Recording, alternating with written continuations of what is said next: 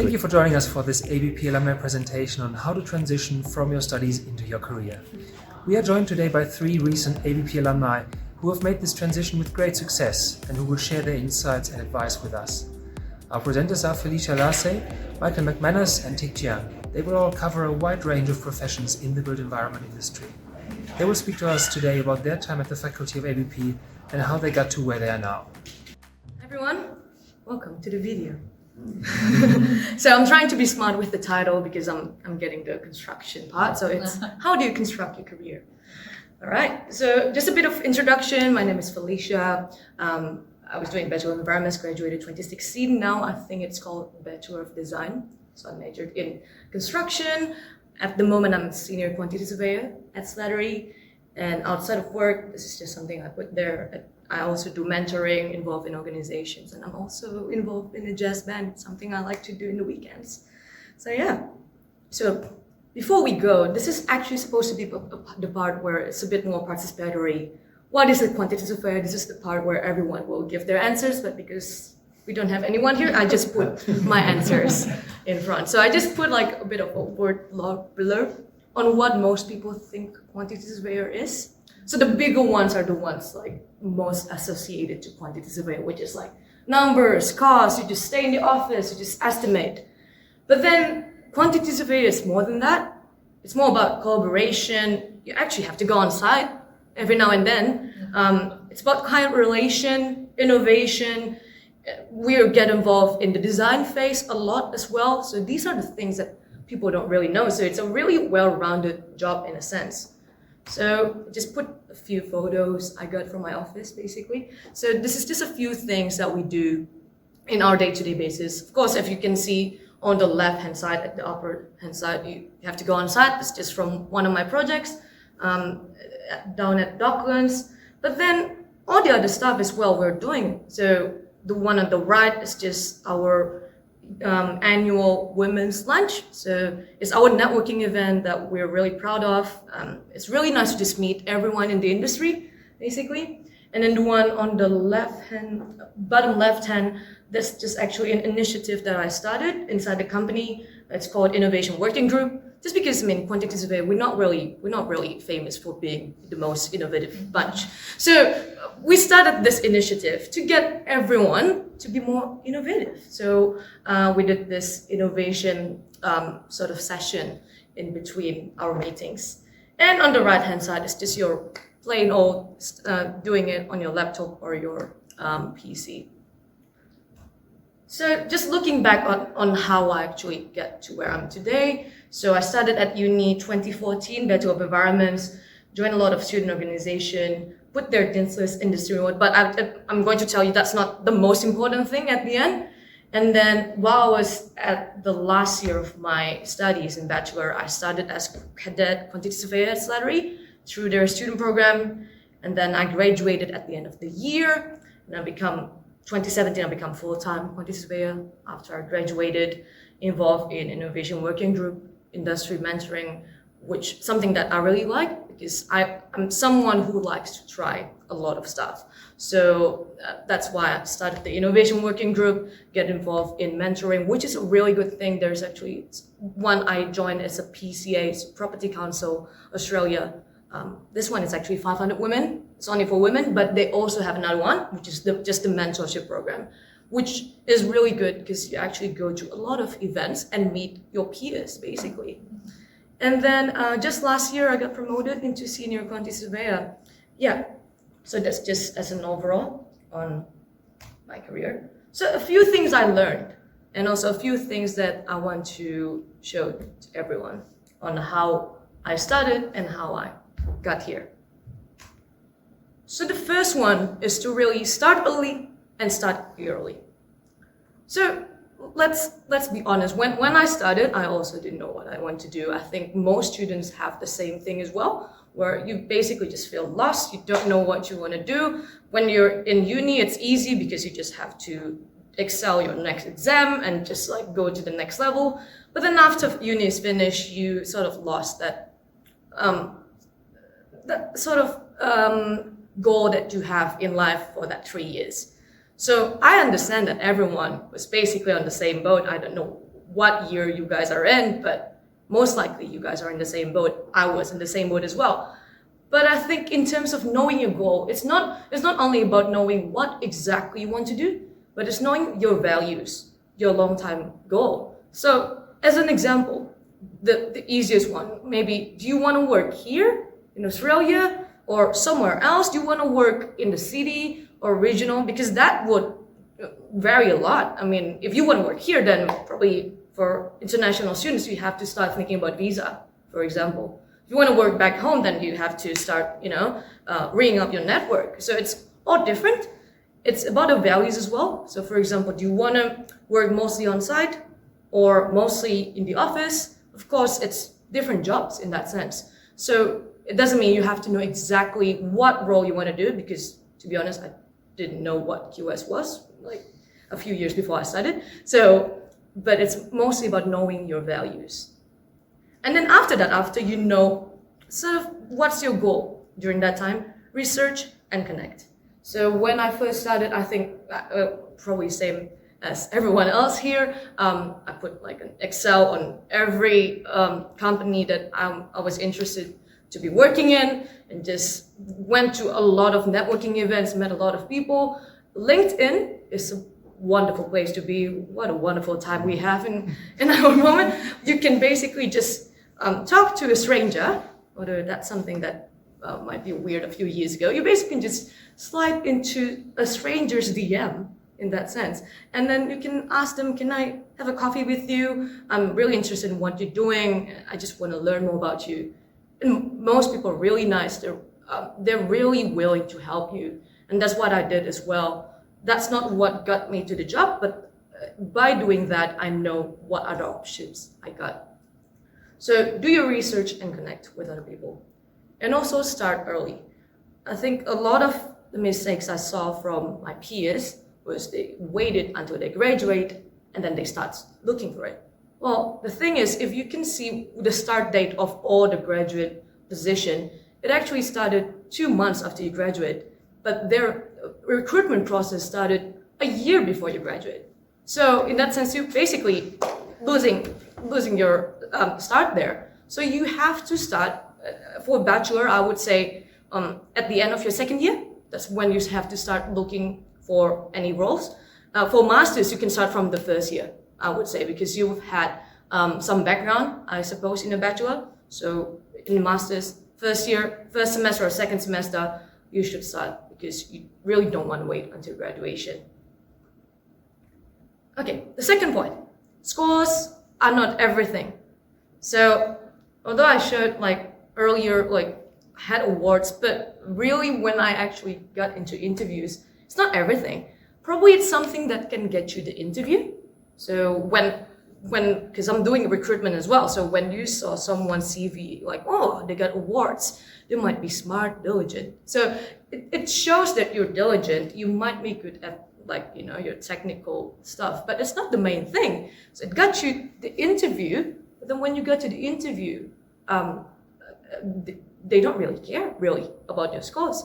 For example, the thing that they talked about in my interview was not my award. So previously, before I worked at Slattery, I didn't really have any experience working in Australia. I had experience in Indonesia, just the usual 3-month internship that with some kind of Indonesian company that no one knew. So they didn't ask much about it. What they asked of me was, so previously I worked in a magazine.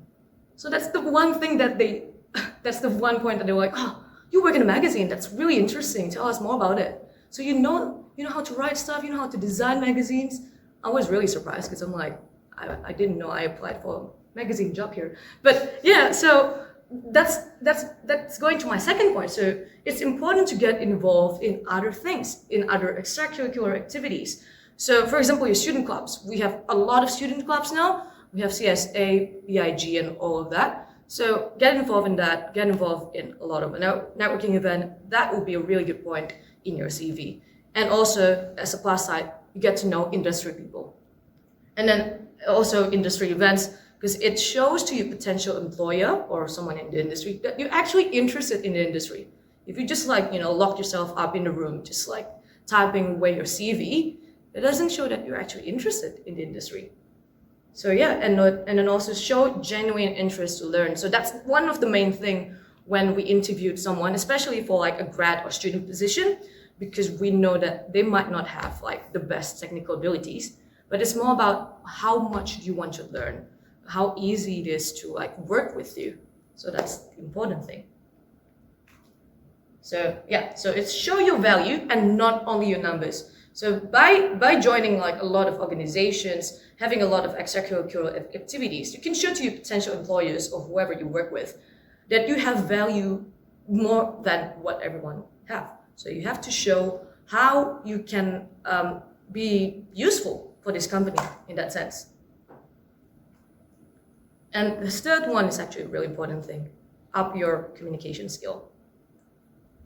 So communication is key. This is actually from a research. So a lot of employers actually saying communication skill is the #1 thing that they're looking for. And after that, problem solving, and then after that, adaptability. Why? Because we're humans. We're like social beings. Your employers are also humans, so they want to like to work with someone they like. So this is important for everyone, but especially for international students. I know this is something that really it's really scary in that sense, because we're used to just use our own languages, and it's more comfortable that way. But then when you go to the interview stage, that's the one thing that they really like, oh, can I work with this person if I cannot really get along with them? So how do you actually increase your communication skill? Because this is probably not something that you can get, just by reading a book. So first, the simplest thing, have a chat with your friends. So not your usual friend, not like your little group of friends where you can use either your own language or like any kind of other languages. So reach out to your peers and have a chat. And as a plus, you might get other insights about the industry, especially for other students who work in the industry. I think it's really good as well. I've heard from a few of my mentees, they find it really helpful. They get one of their peers who's worked in the industry for 1 to 2 years as like their sort of mentor in that sense. So they can check for example, oh, I'm going to interview, can you help me? So it's a really good thing to have. The second one, I've been saying this a lot now because we like to do networking events. So networking events is really good just because you can get out of your way and actually meet new people. So when you go to all of those industry events, do not let the focus of oh, I have to get a job. Not let that be your main focus, because people can see through that. When you meet a new person and you're like, do you have any grad job or internship job? People will get turned off immediately. I mean, your future employer is also human. So try to make a conversation of, I'd like to know about this industry, and can I chat more about your role? So it's not really about looking for a job, but it's looking for that connection with other people. And you might not know, perhaps by doing that, that future employer might remember you. So in the next, round of application, they might like, we should put this person in because they're really good to deal with. They're really fun. And of course, the third one, you can always get help. Probably in the university, you will have a lot of sessions about this as well. You can get mentors, like I said, from the industry. You can reach out to someone from LinkedIn to help you with communication skill. I've heard someone who actually did, so she met 100 people in 100 days through LinkedIn. So she was a really shy person at the start of it, and at the end of it, she's really amazing after that. So that's something they can do.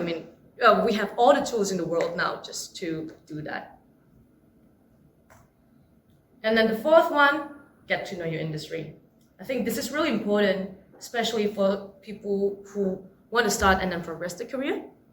Because like I said, during interview, when we want to get to know future employees, as I said, we don't really look at their technical abilities, because that is something that you can learn.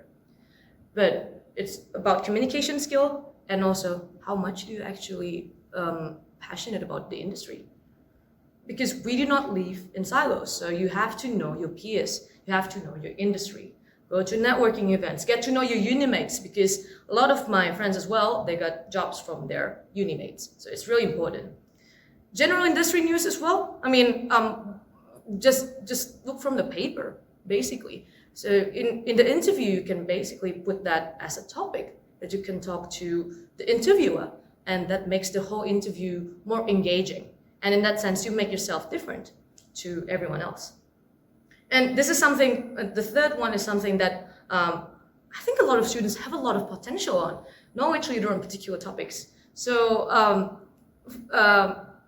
we did like the student program a month ago, and every time after the conclusion of the student program, we asked the students to like present on a topic they choose.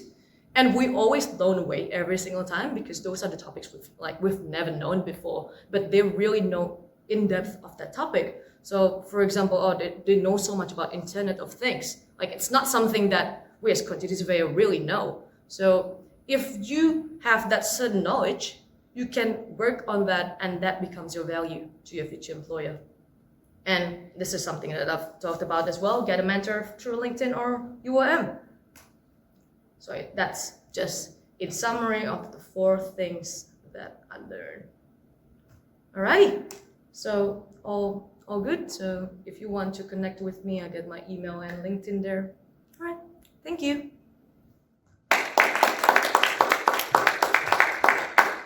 So my name is Michael McManus. I graduated from university in 2008 with a Masters of Architecture. I now run my own small business, a practice called McManus Architects. The focus of my practice is residential work, and I suppose I'm focusing particularly on providing accessible architectural design across varying budgets and varying scales, and guiding those projects from the design right through to completion when people move in. My path to getting to where I am now from university has been kind of a gradual accumulation of skills and experience picked up over 4 different practices that I worked at, which kind of gave me the confidence to be able to establish my own practice.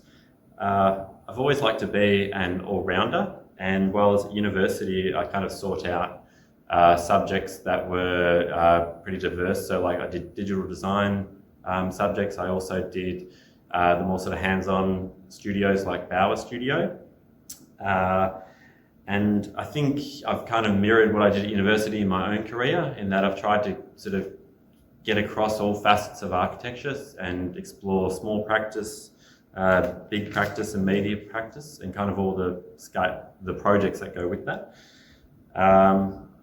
All of the practices that I have worked at have had an influence on how I approach design, also kind of the systems that I use now, and I think just generally how you kind of make a culture or the sort of way that you operate and conduct yourself, and sort of morals and ethics as well. So where did I start?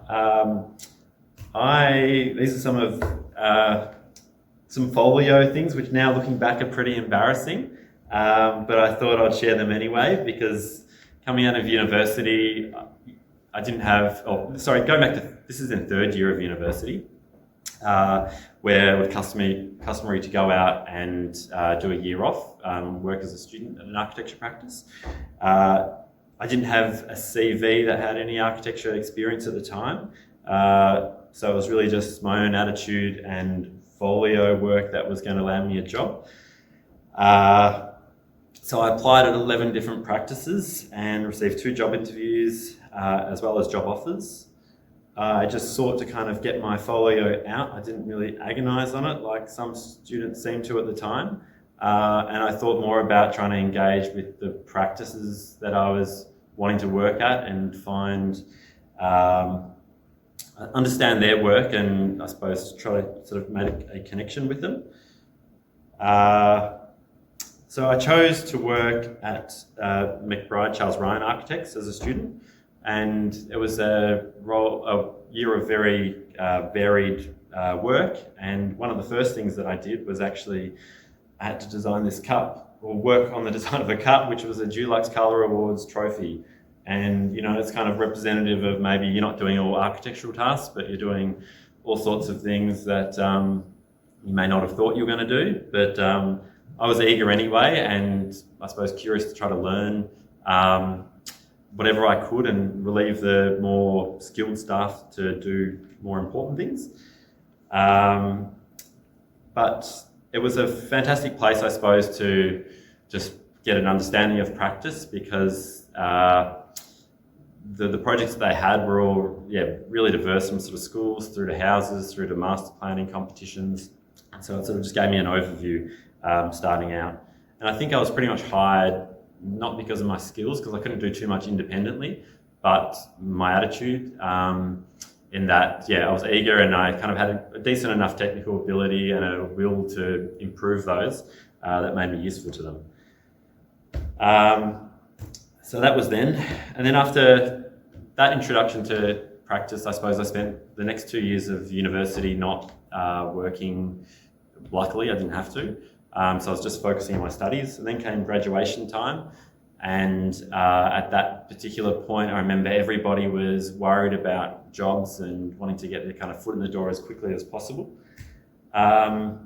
So it came like January after graduating, and I pretty much sent my CV to all these companies, and I made sure that I called them all first. I worked out who I was going to speak with. I sent them like cover letters that were all tailored, which is something that now students often just send me generic stuff, that their cover letters are all look like they've copied the text, and there's not been any real effort put in. So it was something that I did at the time, and I knew projects from each of these companies, and I made sure I mentioned them in in my cover letters to them.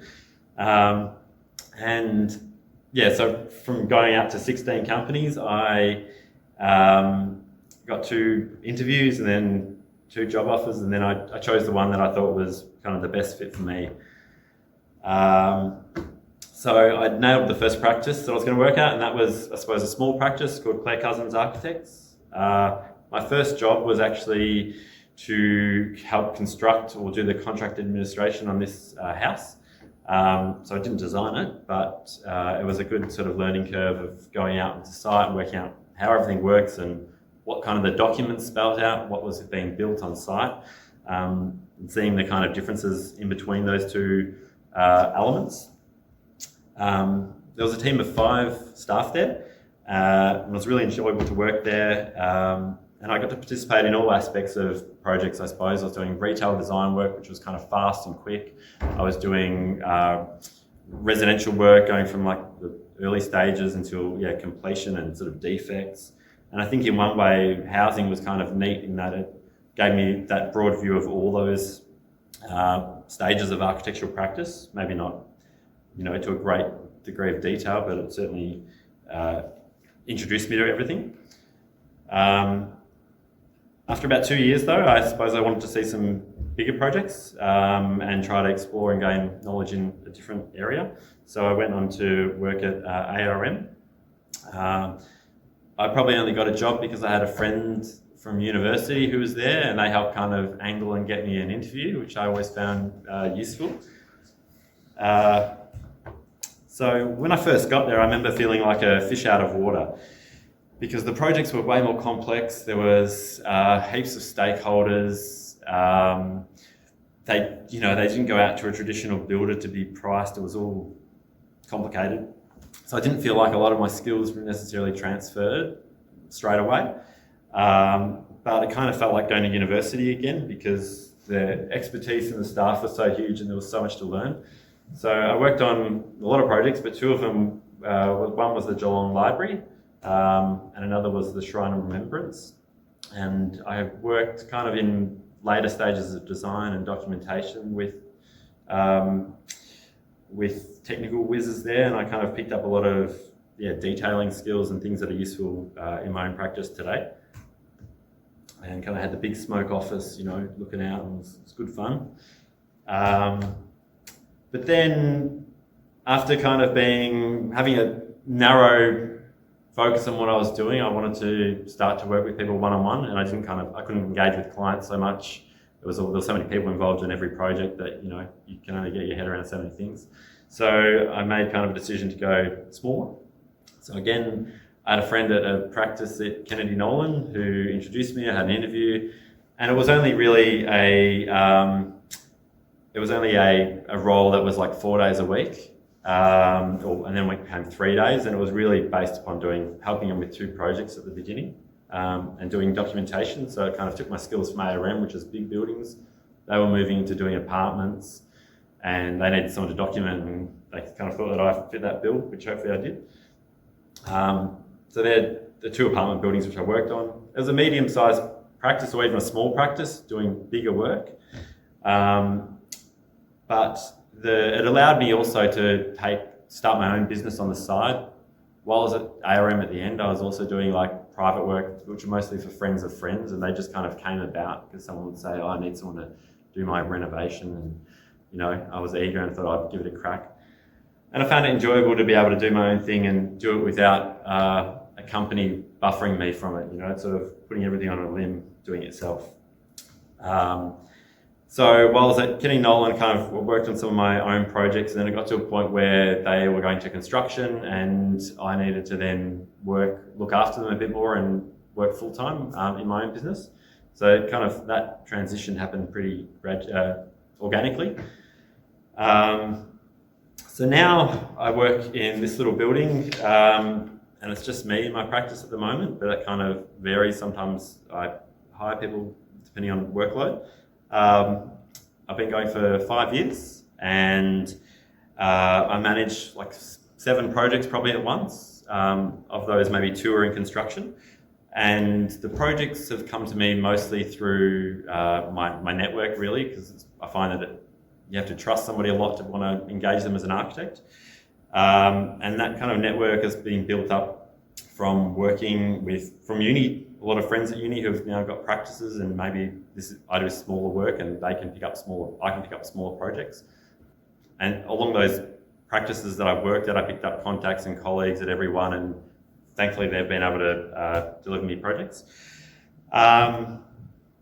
And so now I get to design projects from the very beginning. I take them right through, leading in myself. I get to work with clients and builders, really hands-on. And I really enjoy that tangible aspect of being direct with everybody. And these are just some of the projects that I have recently kind of finished. They're all single residential houses or even like villa units. But I found that working in my own practice has been something that you kind of fine-tune every day, and you try to better it every day, and it's always bringing new things in the door despite working within just housing itself. So that's been my kind of trajectory since university, and I'm happy being small, I suppose. Thanks. Hello everyone, welcome. I'm Jiang from Starrywealth. To introduce myself, I'm an entrepreneur in property investment and fintech. I'm the CEO of Starrywealth, Starrywealth Group, and the Mini Billionaire Club. So what do? We do whatever the clients hate to do, but they really want to be done. I started my business with nothing. I just graduated from here, and I don't know what I was doing, and I was trying to figure out what to do. And then suddenly the opportunity came along, and my client said, Tick, can you find this site for me? And I start doing property development just because of that. Let's start from here. I just want to share you guys a story of how I started my career and my company. So for the starting point, everyone's scared and not sure about the future, and I have like a 3-step strategy for anyone to start out. The first one is very important to pick the racetrack.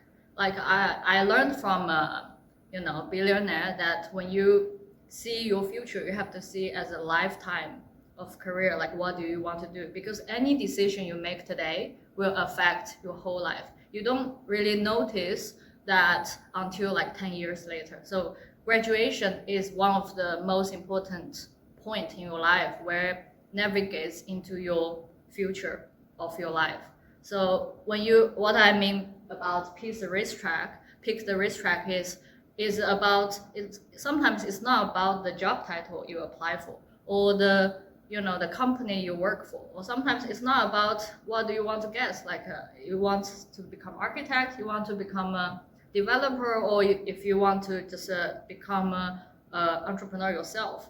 But it's more important to look at the bigger picture, to think about the world as a whole. Like the first thing you pick, like we think about is the whole world around you. It's like you're picking the country. So if you are in South Africa, you probably will choose a different career as if you are in Australia, because the economy in different countries are very different. And then you have to think about the industry you are in, because the growth rate of the country and adds up on the growth rate of the industry, and then it has a huge effect on the company, whether the company will survive next 5 years or whether it's going to survive the next 3 months.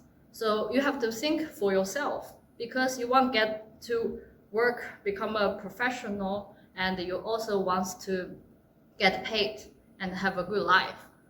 So when you pick the racetrack, just think about the environment, pick the right industry that's growing, and pick the company that really gives you value. And the second thing is to negotiate your job deal. What I mean is, when I first get out of school, how I started, let me tell you the truth. I put an ad on Gumtree, says I can do translation, but I only negotiate business deals. And then someone called me, says, "Oh, you can translate. Would you help me to negotiate with this Chinese client?" I said, "Yes, but my rate is very high. I'm very, very expensive. But I will get the deal done. I can close the deal for you." And that guy said, "Okay, come and help me. How much do I need to pay you?" I said, on average, a translator maybe costs you $50, per hour. But I want $300 per hour, because that's what I'm worth, And then he said, "Okay, let's talk about it later. Let's try it." So I went to the meeting, and when I do the translation, I'm not just doing the translation. I was helping the company to sell their product and service to the client, because I understand they're not just communicating, in the meeting. In meetings, business people do business. So you have to know what they really want to do is to negotiate a deal and close a deal. So I helped them to have a successful first meeting. And the guy said, "Oh, you have some talent. Do you want to work for me?" I said, "Maybe, but I want to become a partner with you, If I can close the deal, can you offer me a full-time job?" And he said, "Yeah, maybe, yeah."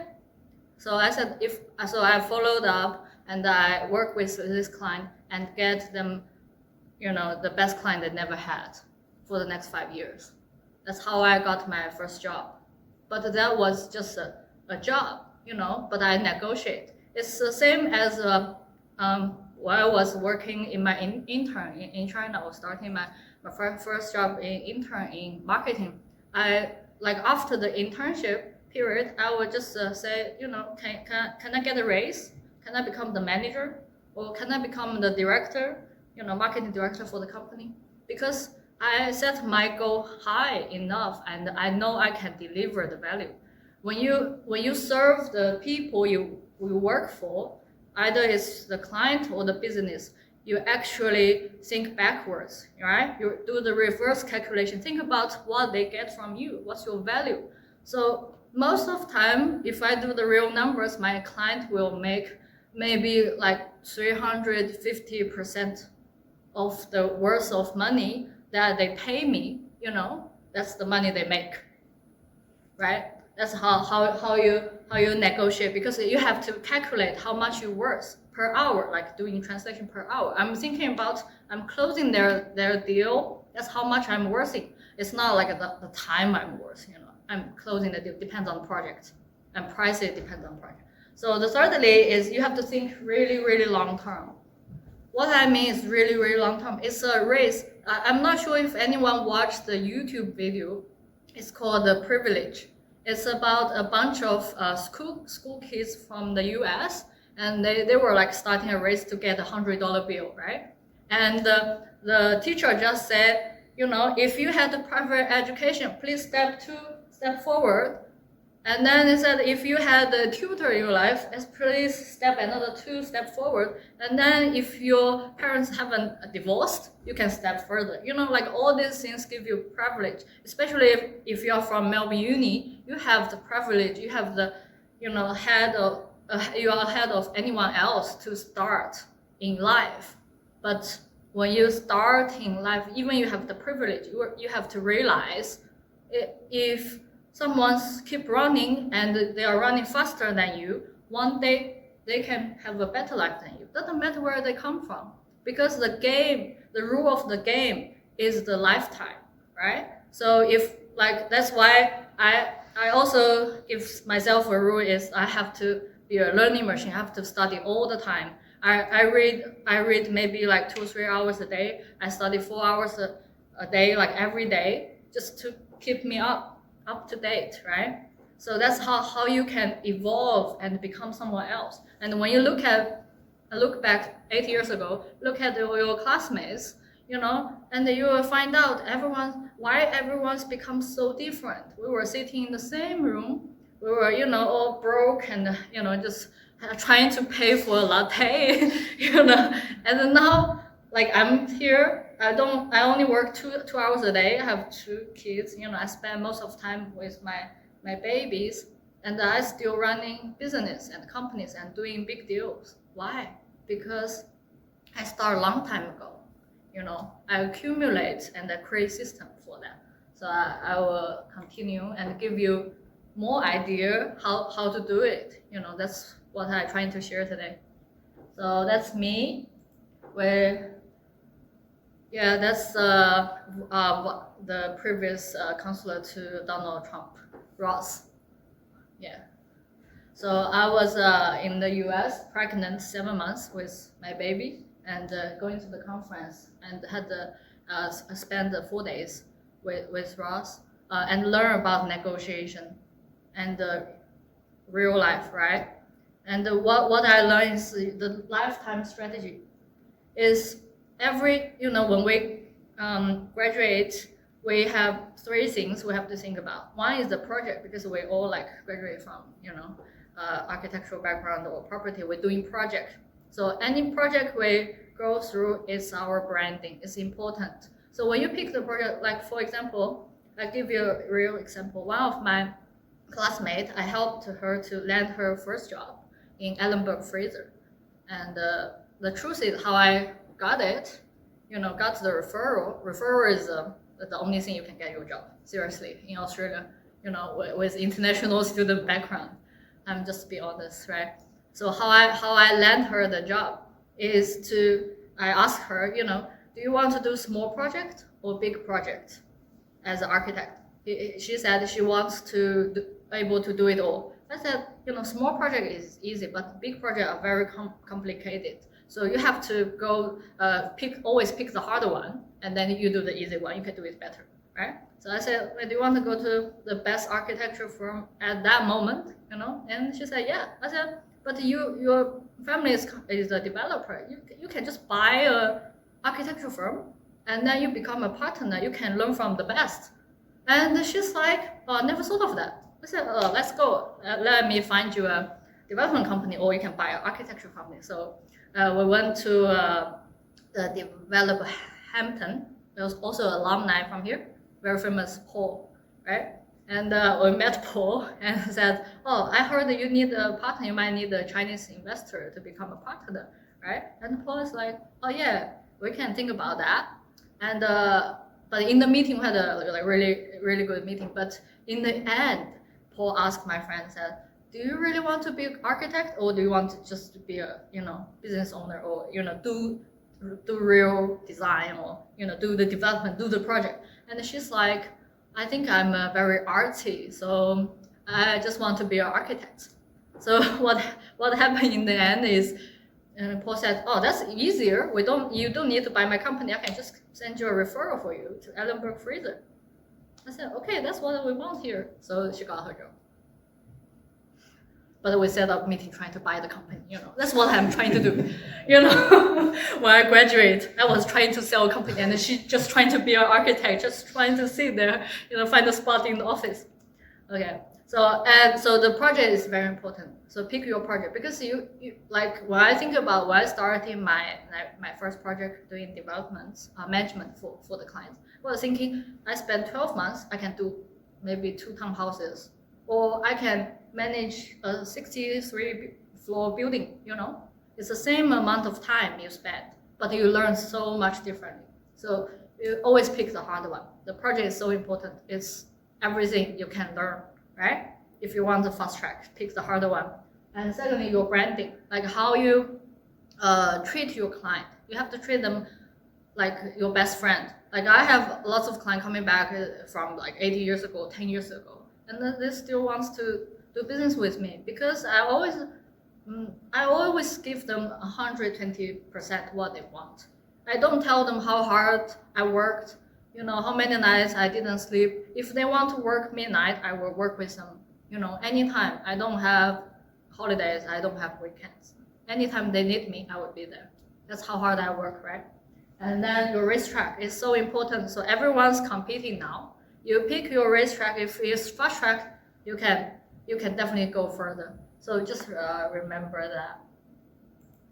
So let's move on. For the life race, I have some tips of how to raise the career or your life. So you have 3 roles. Right now, everyone has multiple roles, right? You can be a minimalist, or you can be an architect. You have multiple social roles, but when you think about business or think about work, you have to be 3 roles at the same time. First of all, you have to be the boss of your own career or business. You need to find the resources for the race and make it happen. So anything you want to achieve, you have to find the resources. Either it's networks, or you need money, or you need resources. You have to find it and make it happen. Secondly, you have to be the coach at the same time, or you can find a coach. You can find a mentor, you can find someone who inspire you, and they can help you to allocating the resources and building the team for you and make it work. And thirdly is the research. So you are also the researcher. Like if you're an architect, you are architect. If you're a developer. So you have to be highly skilled, right? So you have to good at what you do. You have to work hard and give 120% every time. And that's how you can win the game. So practice learning, like what I said, learning machine. And I also recommend everyone to keep reading books, updating your knowledge. I have like a billionaire list of books every year to read. So whatever billionaires recommend, I will just read it. Like Bill Gates, right? He has a book list. I will combine everyone's book list. So on average, I read about 100 to 150 books a year, English books, and then another maybe 100 in Chinese Mandarin. Yeah. So that's a life race. That's a Hilton, from the Hilton family. That's Apple co-founder, Steve. So what's important? What can set you apart? I have 3 tips. The first one is the big opportunity. So what that means is not anyone can get big opportunities every day. In your life, you probably got maybe 10 to 20 big opportunities come along. So what you should do is just wait and just be patient. When the big one come along, and just make the right decision, take the opportunity. For example, right now, right, the coronavirus, the market is so volatile, everyone's so scared, everyone's focused on the virus and the health. But what I'm focusing is about good investment, because people are too scared, they're overreacting. That's human nature. So then you can get deals really cheaply right now, right? And you can also benefit a new business, because what the other people don't want to do, you can do, right? That's creating new business and new jobs. And if you can help people anyway in this world, if you can contribute, that creates value, and you can make a successful career and business. And the secondly is a 5% luck. that's what we need for big opportunities. Not anyone's always luckier than the other one. It's sometimes you know you're lucky that day, right? And when you have the luck, you have the opportunity, you can actually have a much better life than anyone else. It's just from the book I read it. And I think it's so important because I got the times in my life, I feel I'm lucky because I've met through work, I've met so many billionaires, great, masterminds, and they taught me so much about how to get ahead in life, how to have a better life. That's why I want to share you. But most of them will tell you they just got lucky, to become who they are today.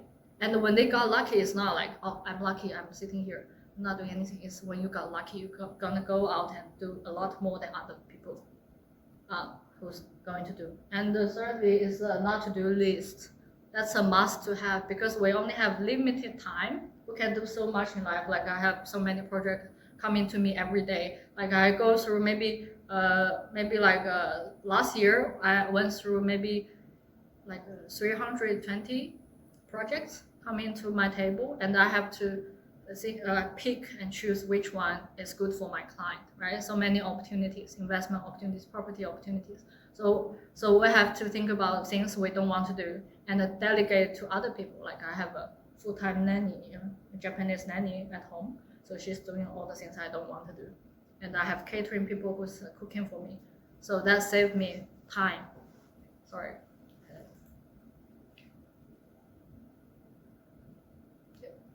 I think that's almost done. Okay, so think about your future is thinking about the roles and contributions to this world. So you have to pick your roles. There's multiple roles you can be, but the tip is in this new world, the more roles you can have, it actually adds value to your company. Sometimes, if you are a YouTuber, you are good at social media, but you are architect, it actually can help your company as well. But you think about your contributions, not what you get from your work or what's on the desk. Think about what you can contribute. And also skills and finance, and think about what skill you want to build, but also think about your personal finance. That's so important. I wish I would know, when I graduate. And also success and failures. I experienced so much more failures than success. Maybe 99.9% of my project fails. Like I didn't get through to my clients, but I just keep going. That's the nature of my business. I fail more times than anyone else. But that's important, just keep going. And I think that's it. Thank you. Thanks so much. Yeah, I talked too much. Thank you. No. Best of luck.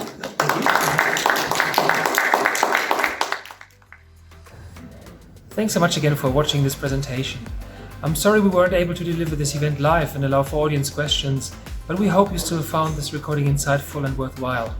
Do make sure to look out for the opportunities that the faculty of ABP offers to connect students with industry, for example our numerous student associations or the various mentoring programs on offer, to help you make your transition into your career.